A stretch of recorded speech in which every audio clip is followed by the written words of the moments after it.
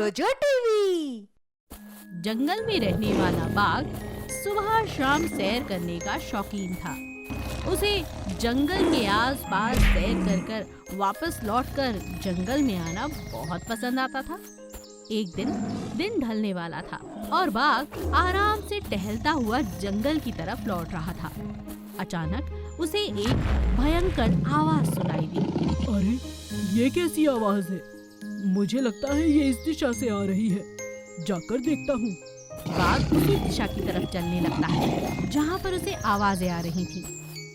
बाघ ने छुपकर देखा, गाड़ी आती है और सफेद रंग के एक शेर को वहाँ पटक कर चली जाती है। अरे इतने बड़े शेर को, और ये गाड़ी, लगता है ये तो शहर से आई है। गाड़ी के जाने के बाद बाघ तुरंत शेर के पास जाता है। शेर बेहोश हालत में था, उसे कुछ समझ में नहीं आ रहा था। हे भगवान, ये तो जिंदा है, मगर इस हालत में लगता है ये काफी ज्यादा उम्र का है, बुजुर्ग है। बाघ तुरंत अपने जंगल लौट कर आता है। रास्ते में उसे बड़ा हाथी मिलता है। उसे वो सारी बात बताता है। हाथी बाघ से कहता है, तो हमें तो उसकी मदद करनी चाहिए। चलो चलो चलो, मैं तुम्हारी मदद करता हूँ। हाथी और बाघ मिलकर सफेद शेर को अपने जंगल तक ले आते हैं। दिन रात सफेद शेर की सेवा करना अब बाघ और हाथी का नियम बन चुका था। मुझे बहुत चिंता है, ये ठीक कब होगा? बाघ कहता है, मुझे लगता है कुछ ही दिनों में इसे होश जरूर आ जाएगा। धीरे धीरे इलाज चलता रहा और एक दिन सफेद शेर को होश आ गया। पूछने पर सफेद शेर ने अपनी आप बीती बताई। आप सभी का बहुत बहुत शुक्रिया। आज मैं जिंदा हूँ तो बस आपके कारण। मैं क्या बताऊं, असल में बचपन में ही जंगल से कोई शिकारी मुझे ले गया था और मुझे शहर के सर्कस में ही पाल पोस कर बड़ा किया गया। सारी उम्र शहर में निकाली है, सर्कस में लोगों को तमाशा दिखाता था। अब बूढ़ा हो गया हूँ, चलना फिरना मेरे बस की बात नहीं और करतब तो बिल्कुल नहीं दिखा सकता। इसीलिए वो लोग मुझे यहाँ छोड़ गए। मैं अब जीना नहीं चाहता, मैं तुम पर बोझ बनना नहीं चाहता। मैं यहाँ से चला ही जाता हूँ। बाघ हैरान हो जाता है और शेर से कहता है, नहीं नहीं, तुम्हें कहीं जाने की जरूरत नहीं है। तुम मेरे दोस्त हो, तुम यहीं रहोगे। तभी हाथी कहता है, बिल्कुल सही कहा। हमारे जंगल में इतना बुजुर्ग उम्र का कोई भी जानवर नहीं है। आप हमारे बुजुर्ग हैं, आप यहाँ पर जब तक चाहे रह सकते हैं। इतना प्रेम देखकर सफेद शेर वहीं रहने का अपना मन बना लेता है और उन्हें गले लगा लेता है। और एक बार उसे फिर से मौका मिलता है कि वो एक जंगल का जानवर होते हुए जंगल में रहे और जंगल में रहने के जीवन का आनंद ले। जंगल में रहने वाली काली भैंस, जिसे सब शालू कहा करते थे, बहुत खूंखार थी। उसे हर समय बहुत गुस्सा आया रहता था और चलते फिरते हर किसी जानवर को ठोकर से गिरा दिया करती थी। उसे लोगों को चोट पहुंचाने में बहुत मजा आता था। हाँ, कैसे चल रहे हो? हटो यहाँ मेरे रास्ते से। भैंस का ये गुस्सा देखकर जंगल के जानवर इधर उधर भागने लगते थे। मगर वहीं दूसरी तरफ जंगल में एक बहुत प्यारी गैया रहा करती थी। उस गाय का नाम था ममता। जैसा नाम वैसा ही व्यवहार। ममता बहुत प्यारी थी, हर किसी को प्यार मोहब्बत और ममता दिया करती थी। जंगल में जब भी किसी जानवर को चोट लगती तो वो ममता के पास पहुंच जाया करता था। एक दिन काली भैंस ने एक छोटे से बंदर को लात मार दी। बंदर बुरी तरह से घायल हो गया और रोता रोता ममता गैया के पास।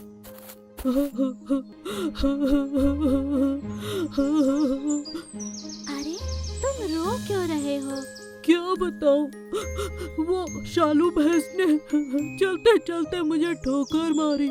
मैंने तो उसे कुछ भी नहीं कहा था। देखो ना कितना खून बह रहा है। अरे अरे, बहुत बुरा हालत है। आ जाओ, मैं तुम्हें मरहम पट्टी लगाती हूँ।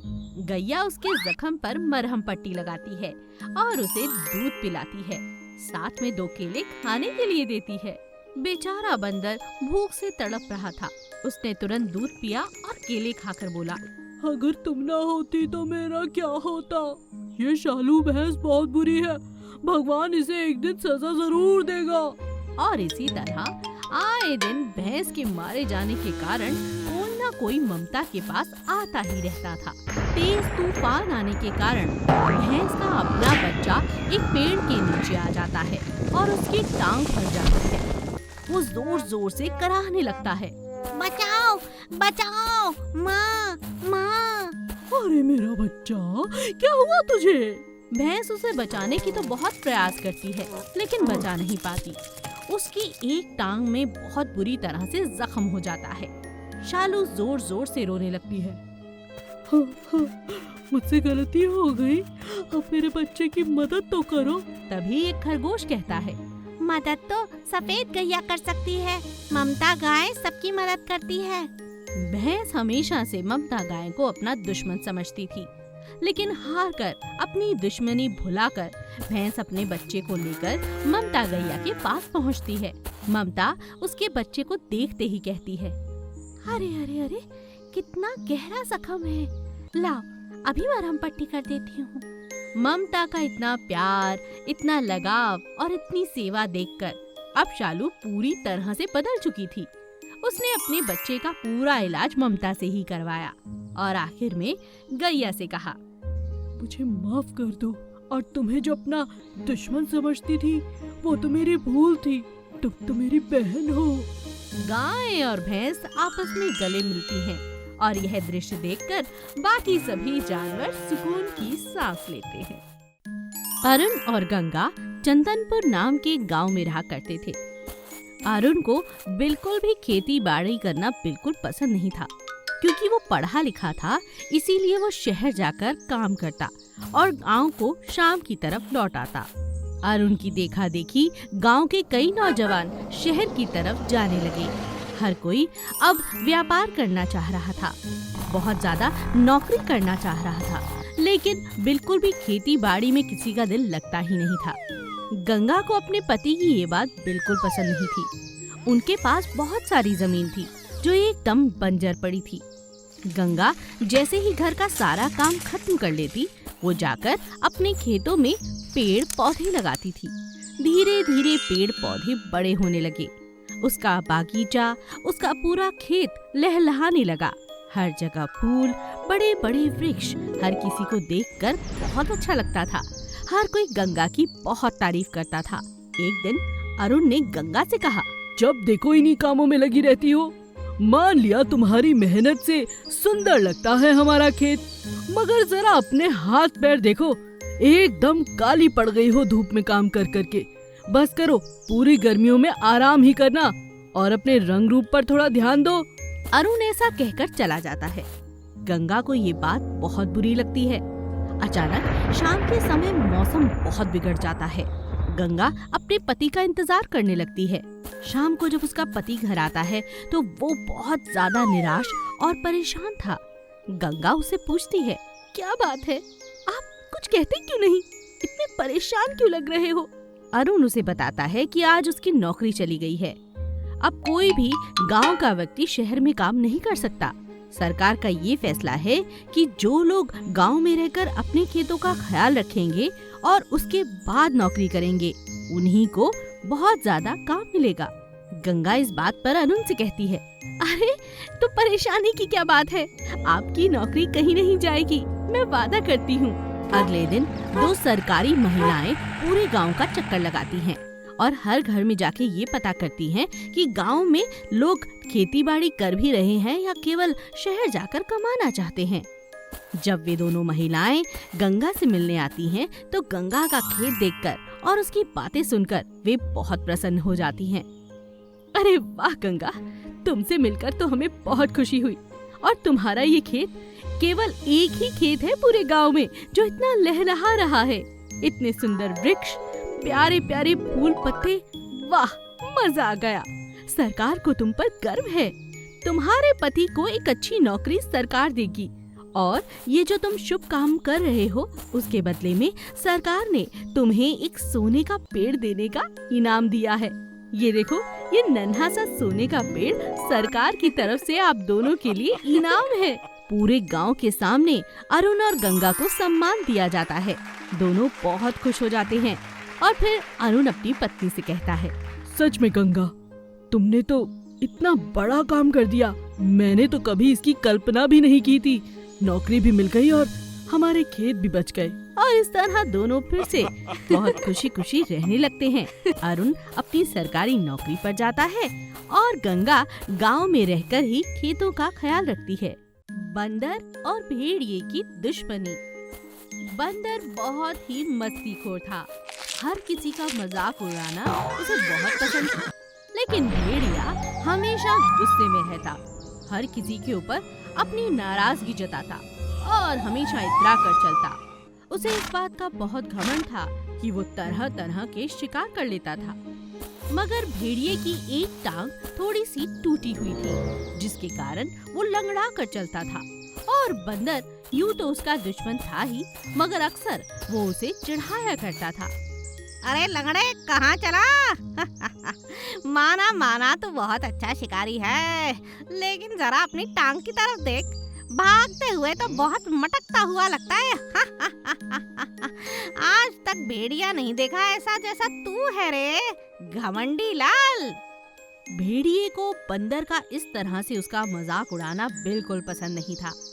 इस बंदर को तो मैं सबक सिखा के रहूंगा। हर जगह मेरी बेइज्जती कर देता है। लंगड़ा लंगड़ा लंगड़ा कह कहकर इसने मुझे हर जगह लंगड़ा बोलने की आदत डाल दी है।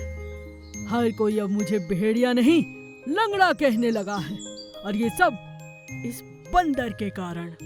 घमंडी भेड़िया बदला लेने की भावना के साथ एक दिन रात में बंदर पर हमला करने के इरादे से उसके पेड़ के पास पहुंच जाता है। आज इसका काम यही तमाम। रात को ही इसे पकड़कर मार दूंगा और खाई में फेंक दूंगा। फिर अगले दिन जब किसी को नहीं मिलेगा, कोई नहीं पूछने वाला इसे। भेड़िया बहुत गुस्से में था। वो बंदर का शिकार करने ही वाला था कि अचानक उसके दूसरे पैर पर सांप डस लेता है। अरे ये क्या हुआ? कौन था ये? भेड़िया बहुत ज्यादा तड़पने लगता है। वो समझ जाता है कि किसी सांप ने उसे काटा है, लेकिन रात के अंधेरे के कारण उसे कहीं कुछ भी नजर नहीं आ रहा था। वो इतनी जोर जोर से तड़पने लगता है कि अचानक बंदर को उसकी आवाज आ जाती है और वो दौड़ता हुआ अपने घर से बाहर निकलता है। अरे अरे, क्या हुआ? अरे लंगड़ू, तुम क्या हुआ भाई? दूसरी टांग लेकर बैठे हो? अरे भाई बंदर, मुझे सांप ने काट लिया है। बचाओ। अरे अरे, घबराओ नहीं, रुको, मैं कुछ करता हूँ। बंदर के पिता बहुत माने हुए वैद्य थे। उसे सांप के कटे की दवा के बारे में पता था। वो अपने घर से दवा लेकर आता है, एक सुई भेड़िए को लगाता है और दवा पट्टी कर देता है। थोड़ी ही देर में भेड़िए को अच्छा महसूस होता है। तब बंदर कहता है, कैसा लग रहा है? बच गए कि नहीं? पानी लाऊं, चाय लाऊं, कॉफी लाऊं? क्या लोगे बोलो? भेड़िए को अपनी करतूत पर बहुत शर्म आती है। भेड़िया बड़े दिल से धन्यवाद करते हुए कहता है, यार बंदर, तुम तो बहुत अच्छे हो। मैं तो गुस्से में तुम्हारे साथ कुछ गलत करने आ रहा था। मुझे माफ कर दो, मगर एक वादा करो। हाँ, बोलो। तुम मुझे लंगड़ा नहीं कहोगे, मुझे बिल्कुल पसंद नहीं। अरे, इतनी सी बात। मस्ती मजाक करना तो बंदरों की आदत होती है दोस्त। अगर तुम्हें पसंद नहीं तो कभी नहीं कहूँगा। मेरा मकसद तुम्हारा दिल दुखाना कभी भी नहीं था। चलो आओ, अंदर चलो, बैठकर मजे से चाय पियेंगे। और इस तरह दोनों की शत्रुता खत्म हो जाती है और दोनों अच्छे मित्र बन जाते हैं। बेवकूफ पति। गंगा प्रसाद बहुत अच्छा इंसान था। उसके पास उसका एक गधा था। जिसे वो अपनी जान से भी ज्यादा प्यार करता था। गंगा प्रसाद की नई नई शादी हुई थी। उसने अपनी पत्नी से कहा, अरे जरा सुनती हो, ये लो। गंगा प्रसाद के हाथ में एक बहुत सुंदर फूलों से बना हुआ गजरा था। उसकी पत्नी को लगता है वो गजरा उसके लिए है। वो कहती है, अरे ये क्या, तुम मेरे लिए गजरा लाए हो? अभी उसने ऐसा कहा ही था कि गंगा प्रसाद तुरंत कहता है, अरे ये तुम्हारे लिए नहीं है, ये तो मेरी गुड्डो के लिए है। गुड्डो? हाँ हाँ, वो देखो गुड्डो आंगन में जो खड़ी है। गधी को देखकर उसकी पत्नी हैरान रह जाती है। क्या तुम्हें अपनी गुड्डो से इतना प्यार है कि अपनी नई नवेली दुल्हन के सामने उसे गजरा न देकर आप गुड्डो को दे रहे हैं? बुरा मानो या भला मानो, सच तो यही है कि सबसे ज्यादा प्रेम तो मैं अपनी गुड्डो से करता हूँ। गंगा प्रसाद की पत्नी को ये बात बिल्कुल अच्छी नहीं लगती। गंगा प्रसाद खाना खाने से पहले अपनी गुड्डो को खाना खिलाता, नहाने से पहले उसे नहलाता और हर काम अपनी गुड्डो के लिए सबसे पहले किया करता था। यह सब देखकर उसकी पत्नी को बहुत जलन होती थी। गंगा प्रसाद एक समोसे का व्यापारी था। उसकी दुकान पर बहुत सारे समोसे बना करते थे, जिन्हें अलग अलग जगह पहुंचाया जाता था। जब वो अपनी दुकान पर पहुंचा तो कारीगर बड़े आराम से काम कर रहे थे, लेकिन आज गुड्डो साथ में थी। गुड्डो को वहाँ खड़ा हुआ देखकर सभी लोग गंगा प्रसाद का मजाक उड़ाने लगते हैं। अरे भाई, तुम अपनी गधी यहाँ क्यों ले आए हो? तभी गंगा प्रसाद कहता है, खबरदार अगर मेरी गुड्डो को किसी ने कुछ कहा, ये तो मुझे सबसे ज्यादा अजीज है। इतने में गुड्डो अपने पैरों से मिट्टी को खुरेदती है और इतनी जोर जोर से खुरेदने लगती है कि सारी मिट्टी जाकर समोसे पर चिपक जाती है। सारे समोसे खराब हो जाते हैं और वहाँ पर जो बावर्ची समोसे बना रहा था वो गंगा प्रसाद से कहता है, अरे वो सब तो ठीक है गंगा प्रसाद, जरा पीछे मुड़कर देखो, तुम्हारी इस गधी ने सारा माल खराब कर दिया है। अरे अपनी नई दवेली दुल्हन को घर छोड़कर आए हो, उसे कहीं घुमाते फिराते नहीं और सारा दिन इस गधी को ले लेकर पूरे गांव में घूमते हो। ये कोई समझदारी की बात हुई? अरे इस गधी को देखकर ही ग्राहक नहीं आएगा, तुम्हारा काम बंद पड़ जाएगा, मैं बता रहा हूँ तुम्हें। गंगा प्रसाद को अपनी गलती का एहसास होता है और वो कहता है, वो सब तो ठीक है, लेकिन मैं अपनी गुड्डो से बहुत प्यार करता हूँ यार। अरे तो ठीक है ना, आप उसे इतना चाहते हैं, घर पर चाहिए, लेकिन उसे ले लेकर इस तरह घूमना अच्छी बात नहीं है। मैं आपको बता रहा हूँ, जानवर और इंसान में एक अंतर होता है, वो आप समझ जाइए, नहीं तो बहुत बुरे फंसेंगे लाला जी। गंगा प्रसाद अपनी गलती समझ जाता है और अपनी गुड्डो को घर छोड़कर दुकान वापस आ जाता है और अपना पूरा ध्यान अपने काम पर लगाता है। खरगोश का एक जोड़ा जंगल के बीचों बीच रहा करता था। उन्हें हमेशा अपने खाने के लिए बहुत दूर दूर तक यात्राएं करनी पड़ती थी। एक दिन खरगोश ने अपनी पत्नी से कहा, अरे भाग्यवान, इतना ज्यादा भाग भाग कर जाते हैं, बहुत कम गाजर खा पाते हैं और लौटते हुए हाथों में तो कुछ रख नहीं पाते। जब तक घर लौटते हैं भूख फिर लगाती है, कोई और उपाय निकालना होगा। आप ठीक कहते हो जी, सालों से हम यही प्रक्रिया दोहरा रहे हैं। मैं तो कहती हूँ पास के जंगल में थोड़ी सी जमीन खाली पड़ी है हमारी, क्यों ना हम वहाँ पर गाजर उगानी शुरू कर दें। हमारी पसंद का भोजन हम खुद उगाएंगे। अरे वाह भाग्यवान, तुमने तो बहुत अच्छा उपाय निकाला है, कल से ही काम पर लग जाते हैं। खरगोश का जोड़ा दिन रात मेहनत करता है, अपनी बेकार पुरानी पड़ी हुई जमीन पर इतनी मेहनत करता है कि बहुत जल्द वहाँ पर बहुत सुंदर सुंदर गाजर लग जाती हैं। अब उन्हें रोज दूर दूर तक सफर करने की कोई जरूरत नहीं थी। देखा, मेहनत का फल वैसे ही मीठा होता है।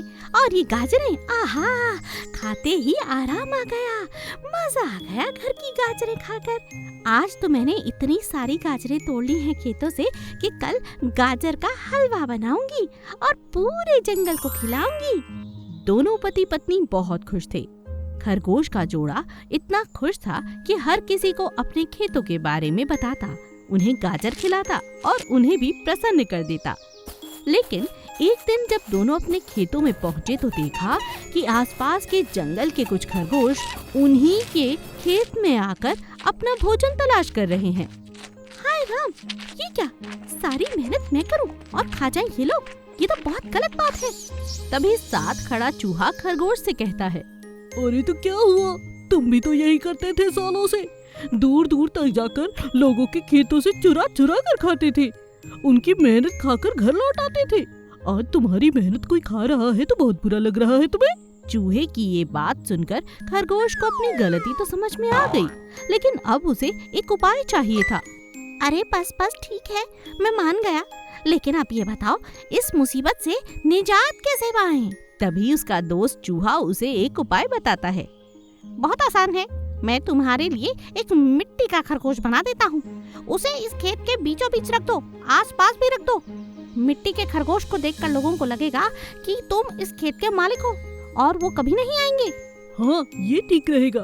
अब दोनों के दोनों खरगोश चूहे के साथ मिलकर बहुत सारे मिट्टी के खरगोश बनाते हैं और खेतों के चारों तरफ रख देते हैं। अब उनके खेत की तरफ किसी की भी बुरी दृष्टि नहीं पड़ती और वे बड़े मजे से अपनी खेती करते हैं और अपना भोजन जमा करते हैं। इसीलिए कहते हैं, समझदारी के साथ हर मुसीबत का हल मिल जाता है। चतुर भाई।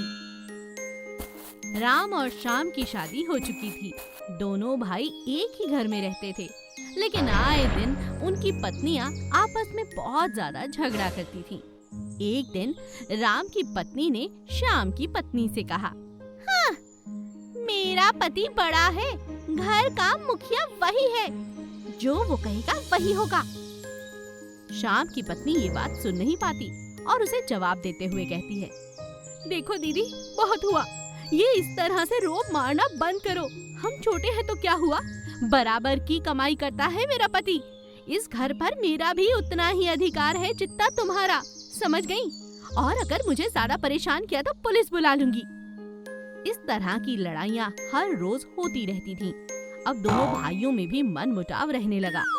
तो एक दिन राम सरपंच के पास जाता है और सरपंच से कहता है, सरपंच जी, मेरे घर का माहौल दिन प्रतिदिन बिगड़ता जा रहा है। हम दोनों की पत्नी आपस में खुशी खुशी रहने को तैयार ही नहीं। हम दोनों भाई साथ रहना तो चाहते हैं, मगर आप समझ रहे हैं ना। सरपंच अगले ही दिन उसके भाई श्याम से मिलता है और पूछता है, क्यों भाई श्याम, तुम्हारा इस बारे में क्या कहना है? कल मेरी मुलाकात राम से हुई, वो काफी परेशान था, तुम क्या कहते हो? अरे वो राम की बातों में मत आइए आप, बहुत चालाक है मेरा बड़ा भाई। मुझे कहना तो नहीं चाहिए, लेकिन बता रहा हूँ, वो बहुत कमीना है। उसके मन में लोभ है, ईर्ष्या है। सरपंच समझ जाता है कि दोनों भाई एक साथ रहना नहीं चाहते और छोटा भाई बहुत ज्यादा चतुर भी है। सरपंच उनके घर जाता है और उनके घर का बंटवारा कर देता है, लेकिन उनके घर में बस एक ही गाय थी। सरपंच को समझ नहीं आता कि वो एक गाय का बंटवारा कैसे करे। इतने में श्याम बोलता है, अरे सरपंच जी, इसमें क्या बड़ी बात है, एक ही घर की बात है ना। आगे का हिस्सा बड़े भैया का और पीछे का हिस्सा मेरा, बोलिए ठीक है ना? चतुर भाई के ऐसा कहने पर राम हामी भर देता है और दोनों खुशी खुशी अपने अपने हिस्से में रहने लगते हैं। शाम गैया का दूध निकालता है और दूध, घी और दही खाता है। यह देखकर राम हैरान रह जाता है। राम को ये बात अच्छी नहीं लगती, लेकिन राम समझ नहीं पाता कि आखिर वो ऐसा क्या करे कि वो अपने भाई को सबक सिखा सके। राम की पत्नी बहुत समझदार थी। अगले दिन वो गाय को चारा ही नहीं डालती। शाम हो जाती है। उसकी देवरानी बहुत देर तक दूध निकालने की कोशिश करती है, लेकिन दूध ही नहीं देती है गाय। हाय राम, आज तो गैया दूध ही नहीं दे रही। अजी सुनते हो? क्या हुआ, इतना चिल्ला क्यों रही हो? आज तो गैया ने दूध ही नहीं दिया। लगता है बड़ी भाभी गैया को कुछ खिलाती नहीं। आगे का हिस्सा तो उनका है ना। तभी जेठानी बाहर आती है और देवरानी से कहती है, बिल्कुल ठीक कहा तुमने। इतनी चतुराई तुमने उस दिन दिखाई कि पिछला हिस्सा हमें दे दो। तो याद रखो, जब तक मेरी मर्जी नहीं होगी तब तक इसे मैं चारा देने वाली नहीं, तो फिर दूध कहाँ से देगी। अब श्याम और उसकी पत्नी को अपनी गलती का एहसास हो जाता है। दोनों जेठानी और राम से माफी मांगते हैं और इस तरह प्यार मोहब्बत के साथ एक बार फिर राम और श्याम की पत्नियां गले लग जाती हैं। राम और श्याम भी गले लग जाते हैं और फिर से एक बार सभी परिवार वाले एक साथ रहने लगते हैं। जादुई बंदर और शेर की कहानी। राजू नाम का एक जादूगर था जिसके पास एक बहुत ही मजेदार बंदर था। राजू ने अपने बंदर को कई तरह के जादू दिखा रखे थे और सिखा रखे थे। इसी कारण दोनों राजू और उसका बंदर गांव-गांव जाकर जादू दिखाते और पैसा कमाते। लेकिन कई सालों तक यही काम करने के बाद एक दिन बंदर के मन में जंगल में रहने की इच्छा जागी। कितने सालों से यही जीवन जी रहा हूँ, जरा भी दिल नहीं लगता अब जादू दिखाने में। काश मैं भी बाकियों की तरह जंगल में रह सकता, पर क्या करूँ, ये राजू मुझे छोड़ता ही नहीं। क्यों नहीं करता ये मेहनत, मेरी समझ में नहीं आता। सारा दिन जादू मैं ही दिखाऊं। हाँ, एक दिन मौका पाकर भाग जाऊंगा। और ऐसा ही हुआ। एक दिन मौका पाते ही बंदर जंगल की तरफ भाग गया। जंगल में पहुंचने के बाद जब उसने बाकी जानवरों से बातचीत की तो कोई भी उसे अपनाने को तैयार नहीं था। अरे अरे, तुम कौन हो? हमारे जंगल में क्या कर रहे हो? तुम्हें पहले तो कभी हमारे जंगल में नहीं देखा। चूहा और भेड़िया उससे सवाल करने लगते हैं। यह सब देखकर बंदर उन्हें जादू दिखाता है। अरे वाह, जादू! क्या तुम ये सारे केले मेरे लिए तोड़ सकते हो? एक दूसरे बंदर ने जंगल में घूमते हुए मदारी बंदर से कहा।